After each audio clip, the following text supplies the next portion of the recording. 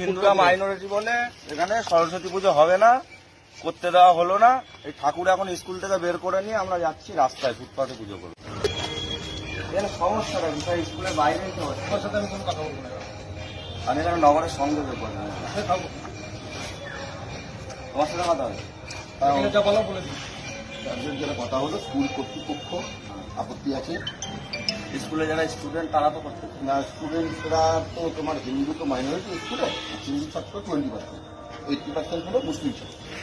এবার ম্যাডামকে আমরা বলার পরে মনে হয় মোস্ট প্রবাবলি স্কুলের মিটিং করেছিল, বোর্ড মিটিং ন্যাচারালি যেটা হয় হিন্দু ছাত্র সংখ্যায় অনেক কম, তারা মাইনরিটি তারা সিদ্ধান্ত পাস করতে পারে, তাই জন্য ওনাদেরকে নোটিশ করেছে যে স্কুল কর্তৃপক্ষ স্কুলের ভেতরে পুজো অ্যালাউ করবে, যেহেতু মুসলিম সংখ্যা থাকে। তখন বাধ্য হয়ে আমরা সরকারি যেমনকে ফুটপাতে নামি ফুটপাতে করবো, এটা আমার তাহলে ভাই ভাই হিন্দু মুসলিম ভাই ভাই বলতে হিন্দুরাই সবসময় কোঅপারেট করবে, তাই তো?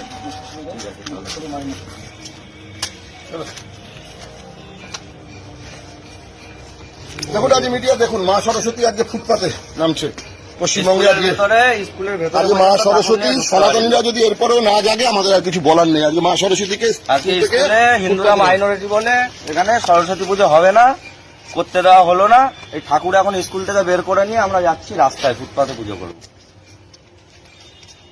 আজকে বাঙালি সনাতনী পাকিস্তান সেটাই মা সরস্বতী আজকে বাংলাদেশের কথা আমরা বলি, পশ্চিমবঙ্গ কিছু পার্থক্য নেই। মা সরস্বতী পশ্চিমবঙ্গ স্কুল থেকে বেরিয়ে ফুটপাতে আশ্রয় দিতে হচ্ছে, আমরা ফুটপাতেই পুজো করবো। এরপরে যদি সনাতনী হিন্দুরা না জাগে আর কিছু বলার নেই, বাংলাদেশ হতে আর বেশি দিন বাকি নেই পশ্চিমবঙ্গ।